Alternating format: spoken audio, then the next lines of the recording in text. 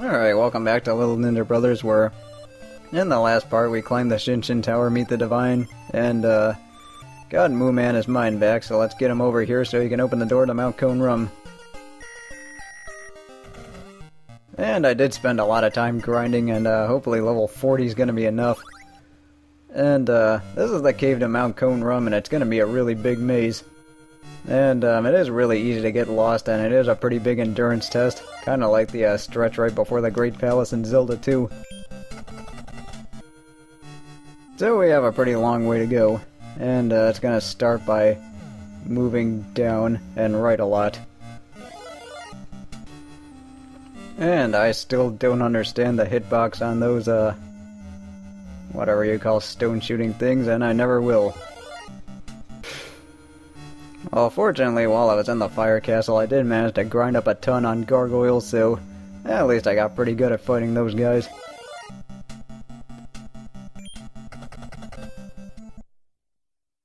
Then again, with how many times I'm getting interrupted by random encounters, I'm surprised I can commentate competently. Of course, I am like on my 4th take of doing this, which is just what happens when you end up dying a ton. Which is just, of course, what this game likes to do to you.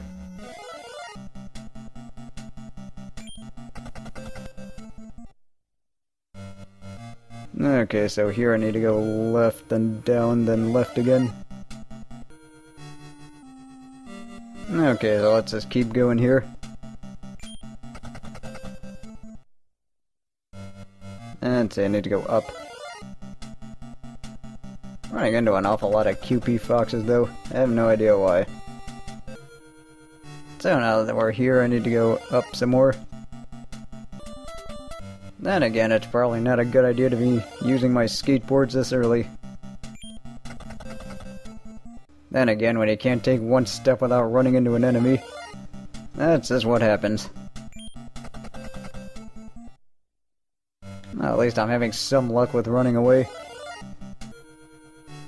So yeah, this required a lot of grinding, and the way I set it up, I did end up going to Chatsy to get the checkpoint, and that was really about it. See, am I in the right place? Yep, here we are at the entrance to Mount Cone-Rum, and I'll probably end up running into something here. Or not. But folks, here we are in the final area of the game, and the path itself is very straightforward, and you have little to no chance of getting lost. Problem is, they decide to offset this by saving the absolute worst for last in terms of enemies. Oh, might as well show off the terrain. Let's see, I need to get my timing right here. Alright, at least that worked out pretty well.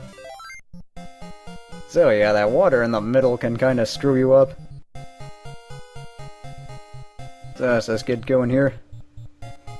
And, fortunately... well, I guess not.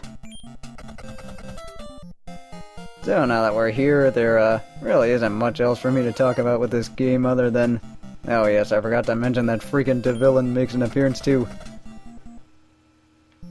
And,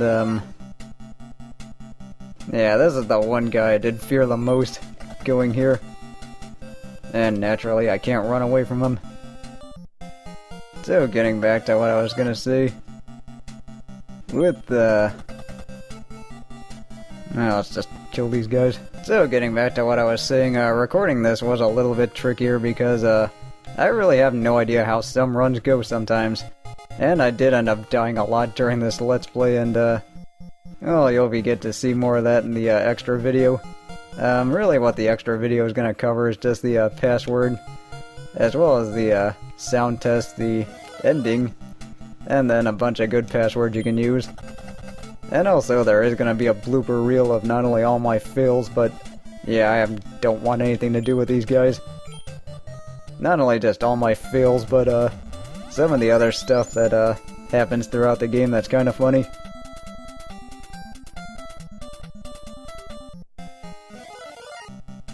Oh, why do I have to run into you again? And this is why you need to have more than 8 skateboards, because none of these enemies are really worth messing with, especially these freaking dragons. And whenever I was doing my grinding, the dragons were the ones that gave me the most fits. And that is why I never fight them.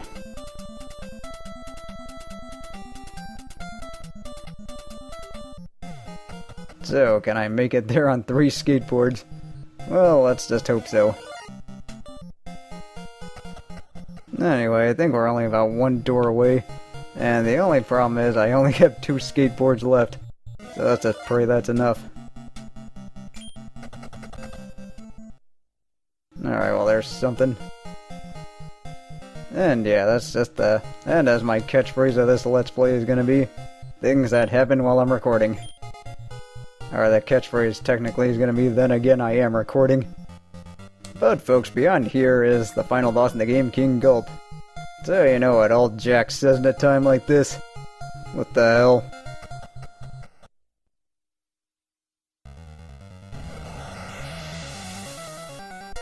So here we are at the final boss, and to be honest, I have no idea how this is gonna go because he can get the first shot in, and he likes to attack twice, and usually he attacks by either stunning you like that, or he's going to drop rocks on you, or he's gonna shoot you. And there's just a double dose of rocks. Now what? That canceled out my call. Now that is not fucking funny. Yeah, this is the problem with this boss, is that he can stun you right away, and then sometimes I get killed before I can even do anything. And that's just the thing I hate about this game, is that the way the RPG elements are in this game, it's pretty unpolished, and it does end up leading to a lot of cheap deaths. And not only just cheap deaths, but just a lot of bullshit too. So, I need to heal.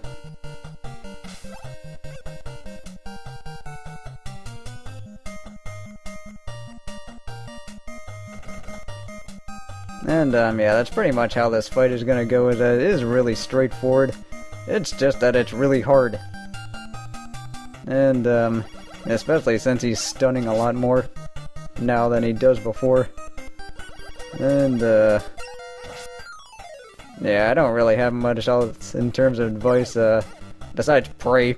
That's really all it is, because sometimes you can have a really terrible run, and sometimes you can get a really lucky run. And you end up feeding him pretty easily, and then sometimes you just get killed over and over again.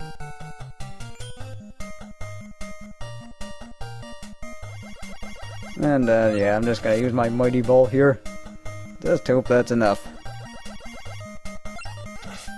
And I really don't want to use that meat bun right now, but I don't think I have a oh. I'm just gonna sweet bun it now. Oh really? That wore off already? Then again, the stuff that happens when you record.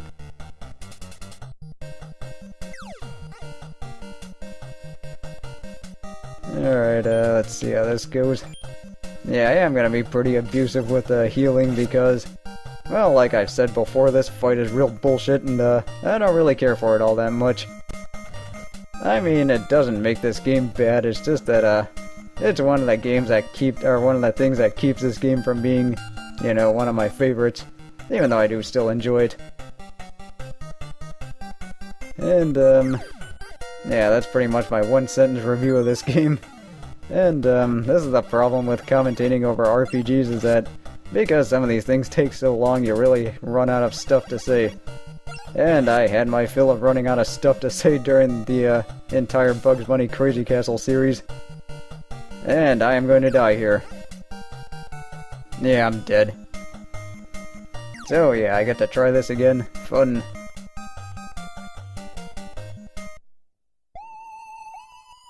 Okay, well with that, I think I'm just gonna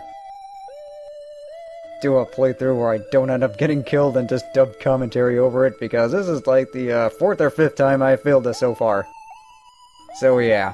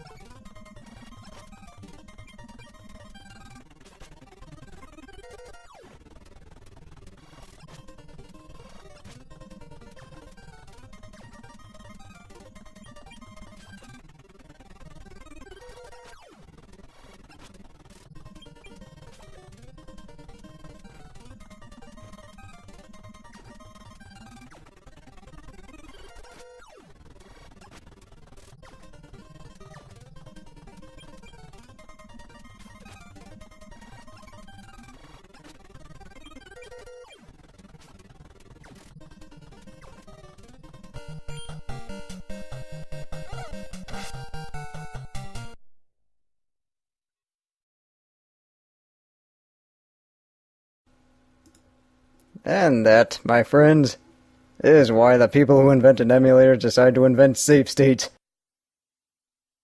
So yeah, I did end up dying about 9 times or so on this part. But anyway, with that, we are at the end of Little Ninja Brothers because we have defeated King Gulp and Mount Cone-Rum in a violent explosion like all video games. Ends up going to, I don't know what you call it. Ends up exploding in a big bloody mess.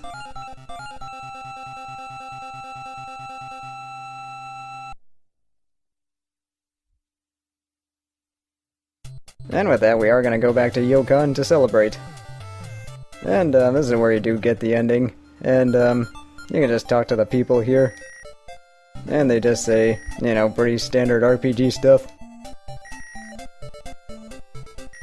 And when you talk to the, I guess what it was, the Emperor, then you get the ending. So let's just go ahead and enjoy the ending. I did talk about the extra video, so you guys already know what's gonna be there. And yeah, like most heroes, they end up turning down an offer and end up going back to their old ways.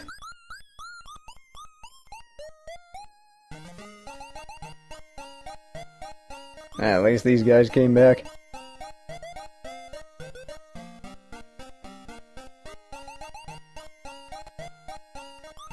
Yeah, I'm not really sure about that, but okay. And they will be in Super Ninja Boy. But, we'll get to that soon. Actually, I'm not gonna play it, but it is probably a better alternative to play if you're getting into this game for the first time. So let's just go ahead and enjoy the ending. With some pretty catchy music. And, so overall, what I do feel about this game is that they did get a lot of things right with the atmosphere, the music, I guess some of the combat mechanics they did get right, and I know that Blind Man's World mentioned in one of the comments that it was kind of a primitive version of the real-time battle system.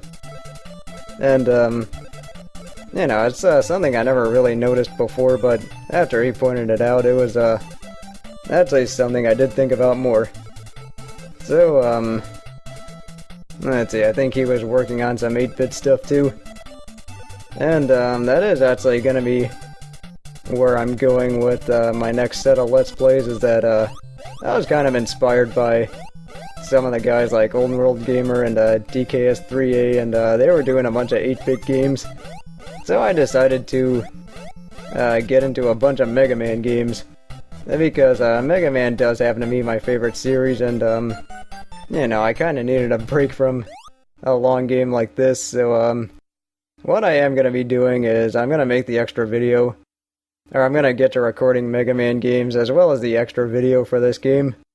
And sooner or later I am going to have to get into the multiplayer, or show off the multiplayer, you know, just as soon as I have one friend who can help me out with that, but just as soon as I get a hold of him and get a right time, that's something I can show off.